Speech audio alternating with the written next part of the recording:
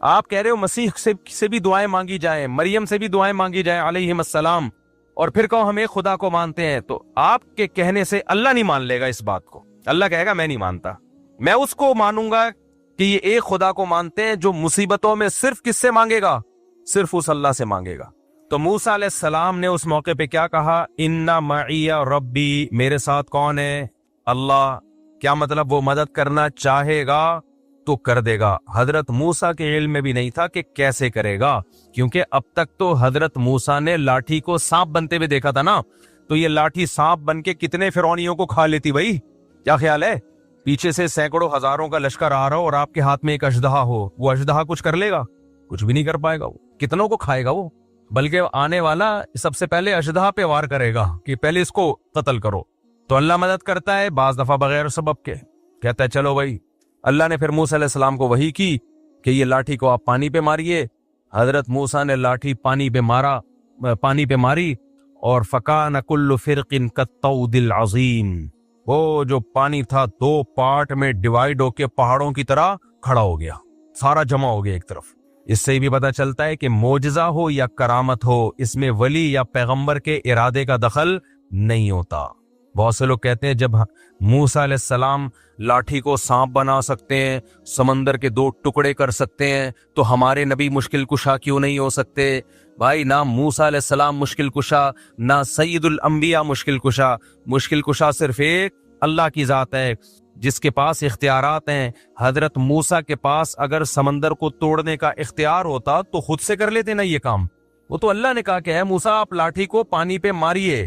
حضرت موسیٰ کو نہیں پتا کیا ہونے والا ہے، آپ کو جو حکم دیا جا رہا ہے آپ اس پہ عمل کریں. اب یہاں ایک سوال پیدا ہوتا ہے کہ لاٹھی کو پانی پہ مارنے کی کوئی سائنٹیفک لاجک ہے؟ کبھی دنیا میں ایسا ہوا کہ لاٹھی کو پانی پہ ماریں تو پانی ٹھہر جائے؟ ہل جاتا ہے اور زیادہ. تو سوال پیدا ہوتا ہے کہ اللہ ڈائریکٹ کیوں نہیں اللہ نے کر دیا؟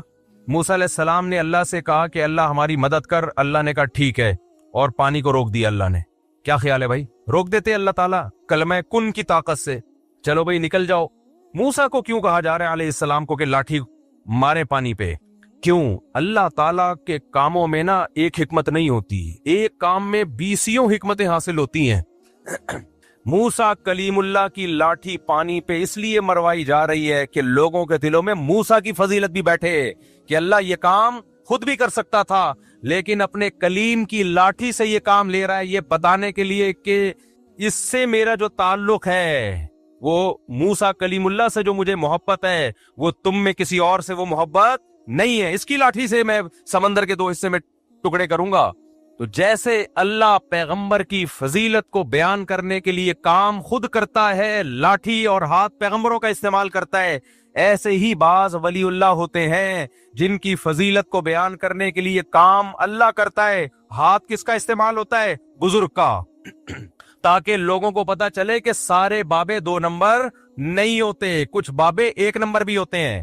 بعض لوگوں نے بابوں کا انکار کرتے کرتے خود بابے بن گئے اور باقی سارے بابوں کی نفی کر دی. یہ غلو ہے. سمجھتے ہو؟ جب نہیں پڑھو گے رات کو تو کیسے سمجھو گے بات؟ دیکھو سلیمان علیہ السلام نے کہا کہ ایکم یاتینی بعرشھا قبل ان یاتونی مسلمین. اپنے دربار میں کہا ملکہ سبا اپنے کنٹری سے آ رہی ہے، اس کے آنے سے پہلے کون ہے جو اس کا تخت اٹھا کے لے آئے گا؟ ایک جن نے کہا میں لے آؤں گا، اتنی ٹائم لگے گا اس میں. ایسا نہیں ہوگا گیا تھوڑا ٹائم لگتا ہے آنے میں اور جانے میں. ایک بزرگ تھے جن کے پاس انجیل کا زبور کا علم تھا. انہوں نے کہا انا آتیک بہ قبل ان یرتد الیک طرفک، اے پیغمبر آپ کی پلک جھپکنے سے پہلے میں وہ تخت حاضر کروں گا. یہ کہا اور تخت حاضر. تو یہ کیا تھا؟ معجزہ تھا یا کرامت تھی؟ کرامت، کیونکہ غیر نبی کے ہاتھ پہ. اور ہر ولی کی کرامت پیغمبر کا معجزہ ہوتا ہے. پیغمبر کا معجزہ، کیونکہ وہ ولی کے ہاتھ پہ کرامت اسی لیے ظاہر ہوتی ہے کہ وہ اس پیغمبر پر ایمان لاتے ہیں. اگر ایمان نہ لاتے تو وہ کرامت ظاہر نہیں ہوتی. تو یہ پیغمبر کی فضیلت ہے. اب یہ لوگ کہتے ہیں سلیمان علیہ السلام کے ہاتھ پہ تو کرامت ظاہر ہوئی نہیں، بزرگ کے ہاتھ پہ ہو گئی. یا آج کل لوگ کہتے ہیں نا، ہم جب بزرگوں کی کرامتیں بیان کرتے ہیں، یہ کرامت یہ کریں، صحابہ کے ہاتھ پہ تو ہوئی نہیں، تم لوگ کے بزرگوں کے ہاتھ پہ ہو گئی. یہ ممکن ہے کہ ایک کی فضیلت زیادہ ہو اس کے ہاتھ پہ کرامت ظاہر نہ ہو، اور ایک کی فضیلت کم ہو اس کے ہاتھ پہ کرامت ظاہر ہو جائے. یہ ممکن ہے. سلیمان علیہ السلام کا مقام زیادہ تھا، وہ تخت نہیں لے کر آئے، بزرگ کا مقام کم تھا، انہوں نے سیکنڈوں میں تخت حاضر کر دیا۔ اب جو شرک ذہنیت والے لوگ ہیں وہ کہیں گے دیکھو اللہ نے بزرگوں کو بھی اختیارات دے رکھے، سیکنڈ میں تخت یہاں سے وہاں اٹھا کے لے آئے، اسی لیے ہم داتا دربار پہ جاتے ہیں کہ وہ سیکنڈوں میں حمل ٹھہروا دیں۔ میاں بیوی میں حمل نہیں ٹھہر رہا، دوائیں کھا کھا کے پاگل ہو گئے، تو وہاں جائیں گے تو حمل ٹھہر جائے گا، صحیح ہے نا؟ ایک دفعہ جائیں گے حمل ٹھہر جائے گا، ان کو پاس یہ اختیارات ہیں۔ ہم جائیں گے تو ہمارے آنے والی مصیبتوں کو وہ دور کر دیں گے۔ جب ان کو کہا جاتا ہے یہ تو شرک ہے، تو کہتے ہیں پھر سلیمان علیہ السلام کے دور کے بزرگ نے یہ جب کیا شرک، وہ بھی تو شرک تھا۔ تو جواب کیا ہے بھائی؟ وہ بزرگ نے نہیں کیا، وہ کس نے کیا ہے؟ اللہ نے کیا ہے، وہ اللہ نے کیا ہے۔ اللہ نے اس بزرگ کے دل میں الہام کر دیا تھا میں یہ کام کرنے والا ہوں اور اس کے لیے میں نے آپ کی سلیکشن کی ہے، قبول ہے؟ انہوں نے کہا ہاں ہو گیا۔ اگر ان بزرگ کے پاس یہ اختیارات ہوتے تو وہ تو تخت ہی دائیں بائیں کرتے رہتے بیٹھ کے۔ کیا خیال ہے آج اگر کوئی بزرگ ہو جس کے پاس یہ اختیار ہو، وہاں سے وہ امریکہ کے صدر کا تخت اٹھا کے یہاں لے آئے، اس کی اب تخت کا دور گیا، اب کرسیاں آ گئی ہیں کہ جی امریکہ کے صدر کی کرسی چاہیے مجھے تاکہ میں بیٹھ کے اس پہ صدر امریکہ بن جاؤں، ٹھک کرسی آئی، تو وہ صاحب کیا کرتے؟ یہ جو لوڈنگ کا جتنا کام ہے ان کا سارا بزنس ٹھپ۔ کیا خیال ہے بھائی؟ ہمیں فرنیچر چاہیے گھر میں، جی بیٹی کی شادی ہے، جہیز کے لیے لالو کھیت گئے یا طارق روڈ گئے لوڈنگ کے لیے، یار اس بزرگ کو فون ملا یہ بیڈ کسی سے نہیں اٹھ رہا ہے، ٹھک بیڈ دلہن کے کمرے میں، بلکہ دلہن ہی اٹھوا کے لے آؤ، رخصتی کی ضرورت کیا ہے؟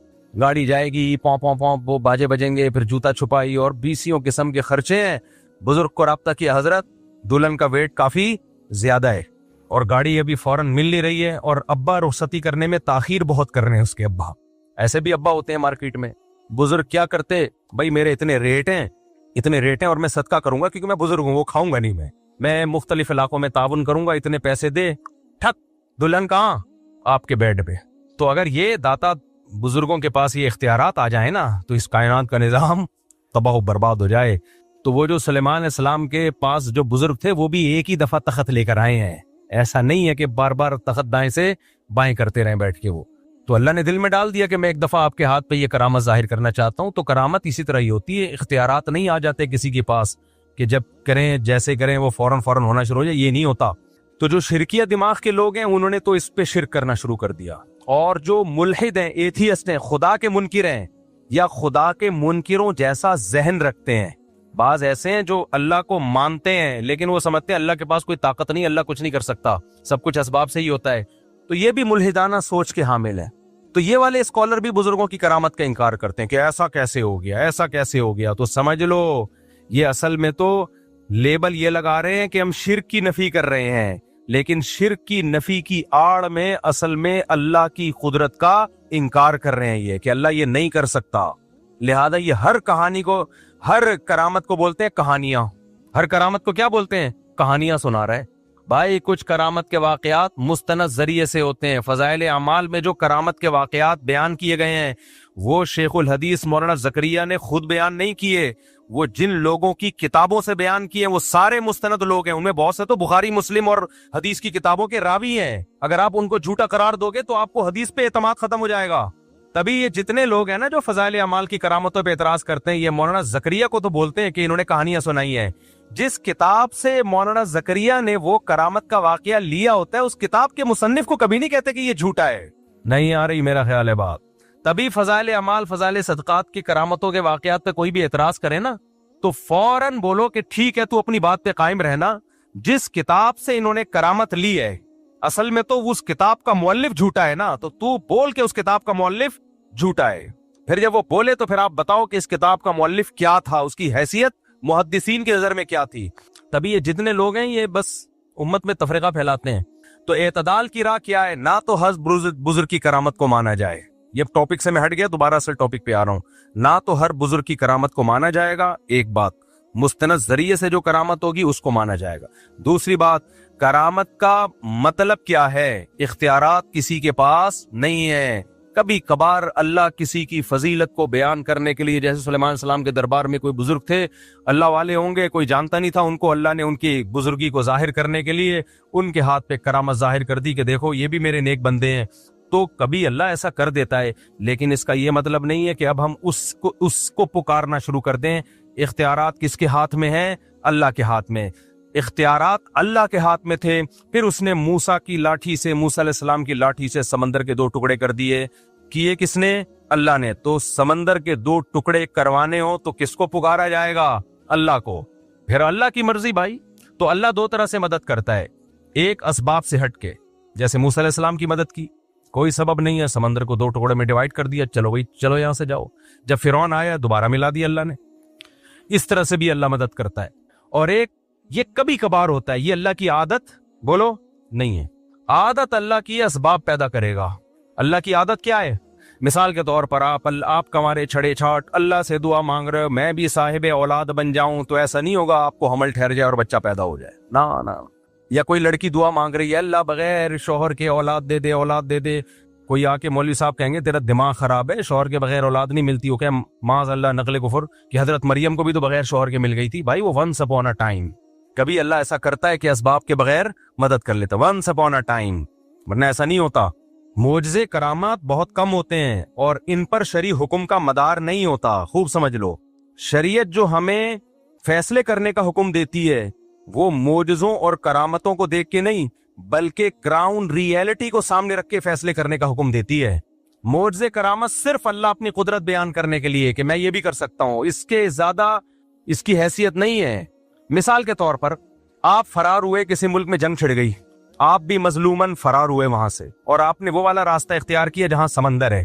اب کوئی کہہ رہا ہے وہاں سمندر ہے، پاگل کہاں جائے گا، آگے نہیں، ادھر سے انڈا موڑ سے لیفٹ سائڈ پہ مڑ جا، ادھر سے ہوتا ہوا گلشن اقبال سے ہوتا ہوا ٹھٹا کی طرف نکل جا.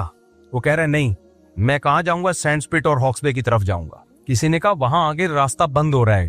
کہے گا تجھے اللہ کی قدرت پہ یقین نہیں ہے، موسیٰ علیہ السلام بھی تو اسی ٹریک پہ چلے تھے، آگے راستہ بند تھا، اس خدا نے اپنی قدرت دکھائی اور سمندر کو 2 حصوں میں تقسیم کر دیا.